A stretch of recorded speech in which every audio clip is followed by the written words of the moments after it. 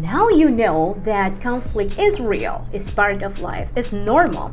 How you respond to it or you react is going to make actually the difference and the quality of your relationships and your life, and it's going to be a huge differentiator in your career acceleration between one position and another, because the more you grow, the more problems you will have to resolve, and that includes conflict. So if you haven't watched my latest class, go to my bio and get the link so you can watch it. So today I'm going to share with you 13 questions I personally like to manage conflict in a different way, because asking the right questions in the right moment with the right people make the difference, guys. So let's start, shall we? What are your thoughts in XYZ? Can you tell me more about XYZ? I like this open-ended questions because it kind of dig into curiosity on what is going on from the other person perspective. I'm going to give you an example of another one, okay? I'm wondering if the reason why you haven't responded to our client inquiries is because you're waiting for more information. Did you hear that? So this is the third question, and I love this one because instead of doing an accusation to the person, which is going to create more conflict, is actually more exploratory and giving the benefit of the doubt. It can be like a genuine inquiry. Well, why this is happening? Does that make sense? And instead of saying, you haven't sent this to the client, send it, or why you haven't sent this to the client. The tone of the questioning makes a huge difference, because that is gonna either escalate more the situation or it's gonna resolve the problem that you are having, right? What can we do about this? What would you like me to do? What do you need from me? So this one, what do you need from me? What do you need from me to do XYZ? What do you need from me to blah, blah, blah? What do you need from me in a specific situation is very important for two reasons. One is to determine if the person is stuck into a situation, your manager or your supervisor, your director, your management staff, and then they truly need some direction or the level of accountability on the situation. The person doesn't feel that has any responsibility into resolving that issue or not. Does that make sense? Why is this important for you? Why does this matter to you? You identify with the whys, the intention, the need. So you're building the bridge on where you are versus where do you want to be, okay? How would you see us resolving this problem?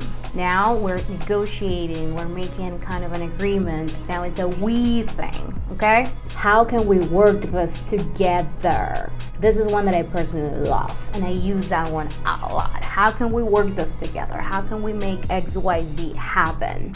What do we need to get that done, right? What do you think will be the solution to XYZ? You're asking this to the other person. It doesn't matter if it's the client, the people within your company, okay? What do you suggest? What do you recommend? These last two are also my favorites. What do you exactly mean by XYZ? Whatever it is that you guys are discussing in a conflict, what do you exactly mean? Give me an example. This is a very powerful question, guys, and this actually can be used in any kind of conflict, not only workplace and call center BPOs and the environments. This is a question that I use for personal life too, because that gives you clarification. Remember, in our last class, we talked about one of the biggest mistakes is that people assume things, and instead of clarifying what is the real problem or the real situation that is producing the conflict. This is resolved by exploring questions. Sometimes some people think that our perspective is the same perspective that everybody else, and that's not true.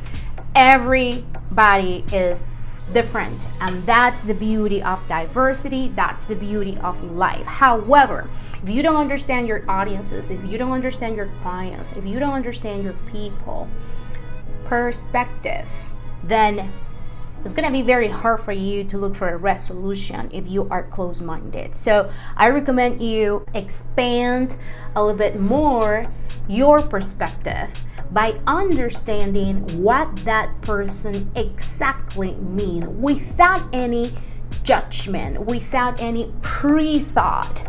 And that's how you start understanding your mind, okay? And the example obviously is something that is value added, because you are going to have a specific example that you can say, oh, this makes sense, and then ooh, aha.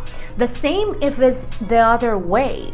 Try to give a specific example so the other person can understand where are you standing, what is your point of view. This is critical to resolving a problem or resolving an issue or conflict. And the last question is, what is your intention on saying XYZ? What is your intention on reacting like this right now? Whoa! Like if you are in this conflict thing, like if you are agitated in the middle of something that is going on, and somebody asks you, well, what is the intention of you saying this?